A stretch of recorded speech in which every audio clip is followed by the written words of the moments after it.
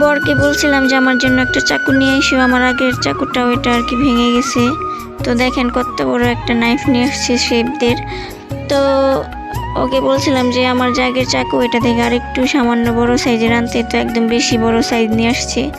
তো আমার কাছে মনে হচ্ছে একটু বেশি বড় হয়ে গেছে, কাটতে মানে একটু অসুবিধাই হচ্ছে মনে হয় এরকম। তো যাই হোক, এদিকে আম কাটতেছি। সকালবেলা ঘুম থেকে উঠে আম কাটা শুরু করছি, কারণ মেয়ে হচ্ছে টেনে হেসড়ে আমাকে উঠাইছে, বলতেছে আমাকে আম দিয়ে ফুল বানিয়ে দাও, আম খাবো আম খাবো। তো বাচ্চা মানুষ তো যখন যেটা মন চায় সেটাই মানে খাওয়ার জন্য বায়না ধরে। তো আসসালামু আলাইকুম, কেমন আছেন সবাই? আশা করি যে যেখান থেকে আমার ভিডিওটি দেখছেন সবাই ভালো আছেন, সুস্থ আছেন। আমরাও আলহামদুলিল্লাহ ভালো আছি। তো ওকে হচ্ছে হাত মুখ ধুইয়ে তারপরে এই আম হচ্ছে কেটে দিতেছি। আর ও হচ্ছে আম এভাবে কেটে খাবে, এটাকে নাকি ফুল বলে। এভাবে একদিন ওর বাবা ওকে দেখিয়ে দিছিল। তো এখন যখনই আম খাবে তখনই তাকে এভাবে বানিয়ে দিতে হবে। তো এখন হচ্ছে এভাবে কেটে দিলাম আর ওকে দিব আর কি খাওয়ার জন্য। তো আমরা হচ্ছে আজকে একটু বেলা করে ঘুম থেকে ভাবছিলাম উঠবো, তো মেয়ে হচ্ছে আমাকে টেনে উঠিয়ে দিছে। তো এদিকে হচ্ছে উনি এখন আম খাচ্ছে, আর আর ওর বাবা হচ্ছে এখনও ঘুমাচ্ছে, যেহেতু আজকে শুক্রবার, অফিস অফ। তো ভাবছিলাম দেরি করে উঠবো, কিন্তু মেয়ের জন্য দেরি করে উঠি নাই, তো তাড়াতাড়ি উঠে পড়লাম। তো যাই হোক, এদিকে হচ্ছে একটু আপনাদের বাইরের আকাশটা দেখায়। আর আজকে রাত্রে এত বৃষ্টি হয়েছে কি বলবো, এক বৃষ্টিতেই মনে হচ্ছে যে বাড়িঘর সব ডুবে গেছে অন্য এলাকা দিয়ে। তো আমাদের এদিকে তো সারা রাতই বৃষ্টি হয়েছে, আর এত বৃষ্টি হয়েছে কি বলবো, সারা রাতই একদম একটুর জন্য মানে একটু বন্ধ হয় না, এরকমভাবে বৃষ্টি হয়েছে। তো বাহিরে এসে দেখি যে আমার ঘরের দেওয়াল একদম ভেঙে গেছে বৃষ্টিতে। তো কি একটা সর্বনাশ হয়ে গেল, মানে হাসিও পাচ্ছে আবার কান্নাও পাচ্ছে।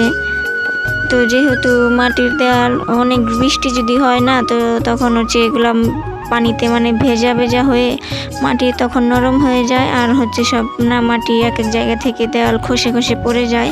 তো সেই রকমই আমার দেওয়ালটা এরকম হয়ে গেছে, পিছনের সাইডেও এরকম এক সাইড দেওয়াল মানে ভেঙে গেছে, আর সামনের তো দেখালাম ওইদিকেও হচ্ছে ভেঙে গেছে। তো দেখেন কতটা নরম, একদম মাটি ধরার সাথে সাথে একদম ভেঙে যাচ্ছে। আর 2 দিন যদি এরকমভাবে বৃষ্টি হয়, আমার পুরা দেয়াল একদম ভেঙে মানে পানির সাথে ভেসে যাবে। তো যাই হোক, ঠিক করতে হবে পরে, তো এখন আর না, যখন বৃষ্টির দিন চলে যাবে তখন ঠিক করতে হবে। তো এখন এভাবে চলতে হবে। আর এদিকে হচ্ছে ভাবছিলাম খিচুড়ি রান্না করব। তো বুটের ডাল বের করছি, তো দেখি এগুলা কি বলবো, পোকা খেয়ে একদম শেষ করে দিছে। তো এগুলাকে এখন কি করব বুঝতেছি না, এগুলা দিয়ে কি কিছু বানানো যাবে কিনা আপনারা অবশ্যই কমেন্ট করে জানাবেন। তো এতগুলা ডাল মানে ফেলে দিতে ইচ্ছে করতেছে না। তো ওদিকে কাজ করে হচ্ছে এখন কাঁঠাল দিয়ে মুড়ি খাবো আর কি। তো সকালবেলা ভাতও রান্না করছি, কিন্তু ভাত খাবো না, আমি কাঁঠাল দিয়ে মুড়ি খাবো। আর বাবুর বাবা হচ্ছে চলে গিয়েছে হচ্ছে মাছ ধরার জন্য।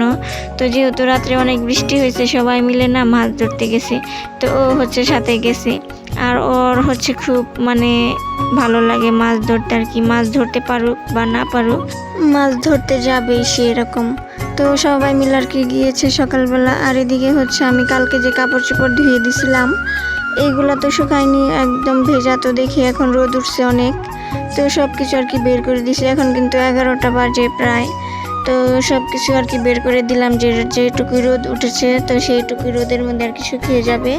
আর এই তো ঘরের মধ্যে মিলিয়ে দিয়েছিলাম, এইগুলো হচ্ছে এখন আর কি বাহির করে নিব, মানে বাইরে দিয়ে দিব শুকানোর জন্য। তো এখনও হচ্ছে আমাদের বিছানাটা গোছানো হয়নি। তো মেয়ে এখানে শুয়ে আছে, শুয়ে শুয়ে ফোন দেখতেছে। আর ওর হচ্ছে ফোনের এত নেশা কি বলবো। তো ভাত খাবার সময় ফোন, সারাদিন শুধু ফোনই করে। তো বিছানা থেকে একটু উঠতে চাইছিল না। তো আমি হচ্ছে বিছানাটা, ও এভাবে শুয়ে আছে, চারদিক দিয়ে মানে বিছানাটা গুছিয়ে নিয়েছি। আর এখন হচ্ছে একটু ঝেড়ে নেব। তো অনেক ময়লা, যেহেতু বিছানায় না ঝাড়লে আবার বিছানাটা মানে মনে হয় যেন গুছানো হয় না। বিছানাটা গুছানোর পর না ঝাড়ু দিলে মনে হয় যে কোনো একটা কাজ অসম্পূর্ণ রয়ে গেছে, এরকম একটা ব্যাপার।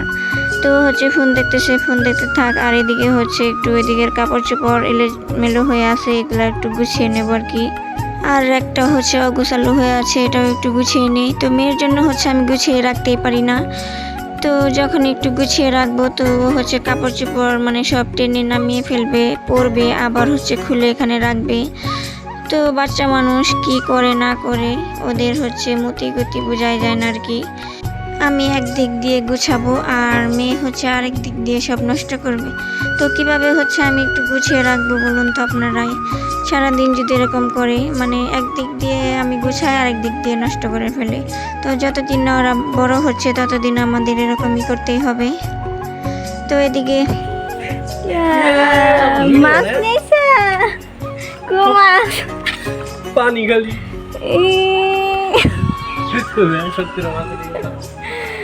তো মাছ দেখে হচ্ছে আমার হাসি পাচ্ছিল যে এতক্ষণ পরে কয়েকটা মাছ নিয়ে আসছে আর কি।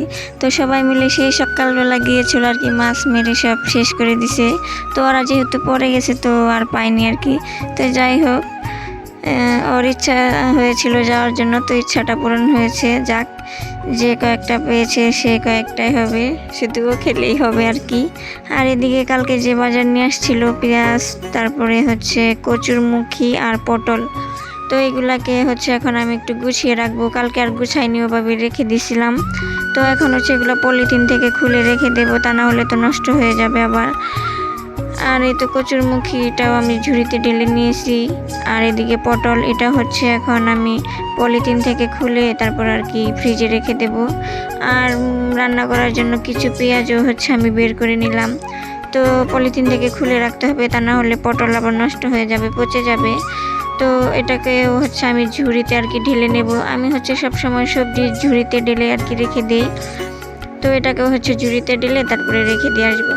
তো ওইদিকে সব কাজ করে তো আমি মানে মাছটাও আর কি কেটে নিয়েছিলাম। তো কেটে আর কি তারপরে সবজি গুছিয়ে নিয়েছি। তো এখন হচ্ছে রান্না করতে মানে চলে আসছি রান্না করার জন্য।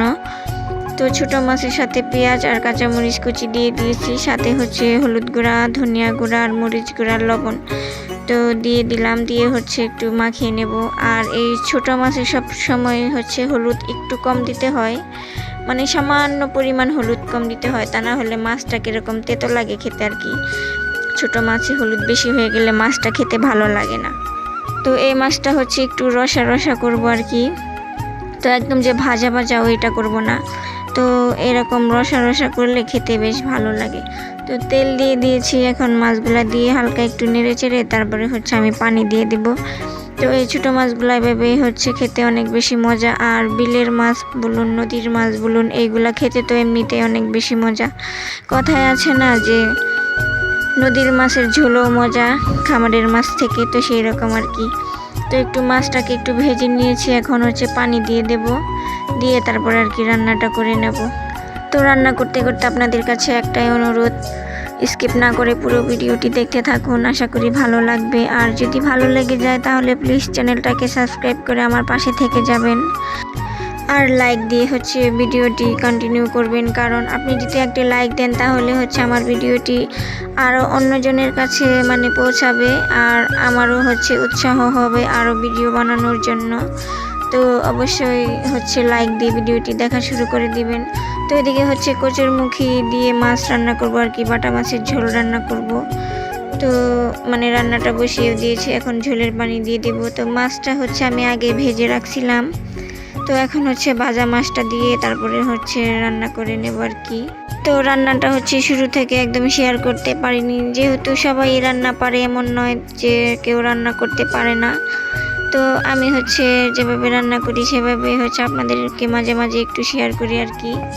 তো যাই হোক, রান্না বাড়া শেষ করে হচ্ছে আমি গোসল করে চলে আসছি। আর এদিকে দেখেন এই তরকারিটা হচ্ছে আপনাদের দেখিয়ে দিচ্ছি, কারণ আমি এখন এখানে বসে আর কি খাওয়া দাওয়া করব। আর বাবুর বাবা হচ্ছে সে নামাজ পড়তে গেছে, এখনও হচ্ছে আসে নাই, মনে হচ্ছে যে রাত হবে আসতে। তো যাই হোক, খাওয়া দাওয়া করে যে কাপড় চোপড়গুলা ছিল এগুলা একটু এখন আর কি গুছিয়ে নেব। তো সবগুলাই ভালোভাবে শুকিয়ে গেছে আর কি, অনেক রোদ ছিল তো শুকিয়ে গেছে। তো এখন আর কোনো কয়েকদিন বৃষ্টি হলেও আর কোনো অসুবিধা নেই, কারণ কাপড় চোপড় সবগুলো আর কি ধোয়া হয়ে গেছে। তো যাই হোক, আজকে ভিডিওটি এ পর্যন্ত, বেশি বড় করব না। আর সবাই ভালো থাকবেন, সুস্থ থাকবেন। দেখা হবে নতুন আরও একটু কোনো ব্লগে। সে পর্যন্ত আমার পাশেই থাকবেন, আমাকে সাপোর্ট করবেন। আল্লাহ হাফেজ।